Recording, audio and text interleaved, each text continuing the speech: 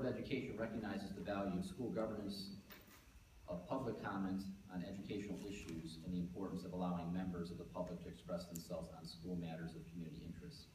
The Board is also committed to conducting its meetings in a productive and efficient manner that assures that the regular agenda of the Board is completed in a reasonable period of time, honors the voluntary nature of the Board's time, and using that time efficiently, and allows for a fair and adequate opportunity for input to be considered. Consequently, public participation in board meetings will be governed by the following principles.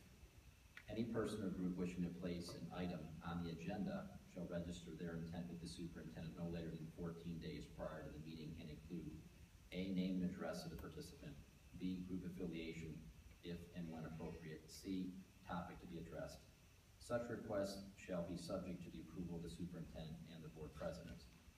In order to permit the fair and orderly expression of such comment, the board shall provide a period for public participation at every regular meeting of the board and publish rules to govern such participation in board meetings. The presiding officer of each board meeting at which public participation is permitted shall administer the rules of the board for its conduct. The presiding officer shall be guided by the following rules. A, public participation shall be permitted as indicated on the order of business. Basically what that's saying is that public comments are really supposed to be related to the current board agenda. B, anyone having legitimate interest in the actions of the board may participate during the public portion of the meeting. C, attendees may be required to register their intention to participate in the public portion of the meeting upon their arrival at the meeting. So what we're going to do is we'll have, when people sign in, there's a sign-in sheet. Mr. Evans is going to take care of this. So people can sign in and say, look, I want to speak. This way we can call them up during the public comment section.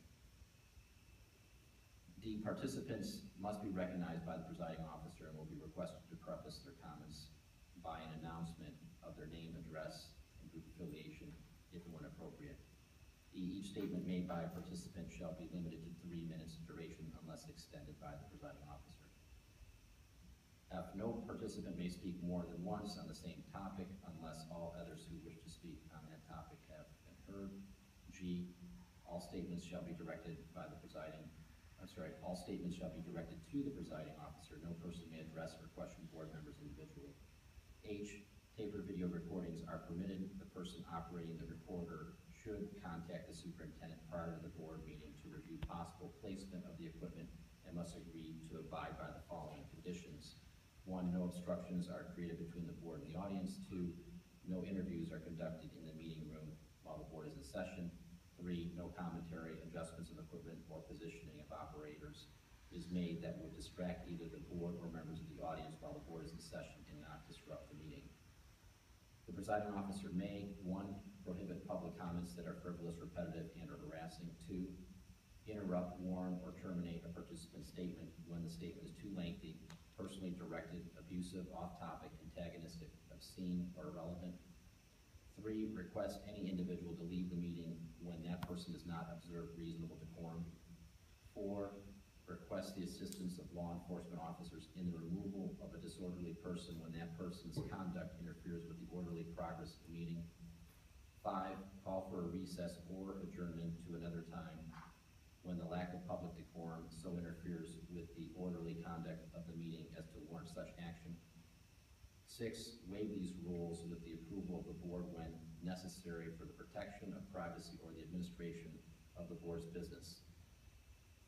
J, the portion of the meeting during which the participation of the public is invited shall be limited to 1 unless extended by a vote of the board. We had 7 people who spoke, and we went 20 minutes. We did fulfill the 20 minutes that we said we were going to. That is just a review of that. I do really appreciate public comments. I am very interested in what people have to say. I'm interested in their opinions. I do think that we need to model the right types of behaviors for our students. And I just think that it's something that I want to try to make sure that we're adhering to. So, in the future, what we'll do is, like I said, look for a sign-in sheet. As Mr. Evans is kind of putting together something so somebody can sign in, basically say, you know, this is who wants to speak at the meetings, this is, you know, per board policy.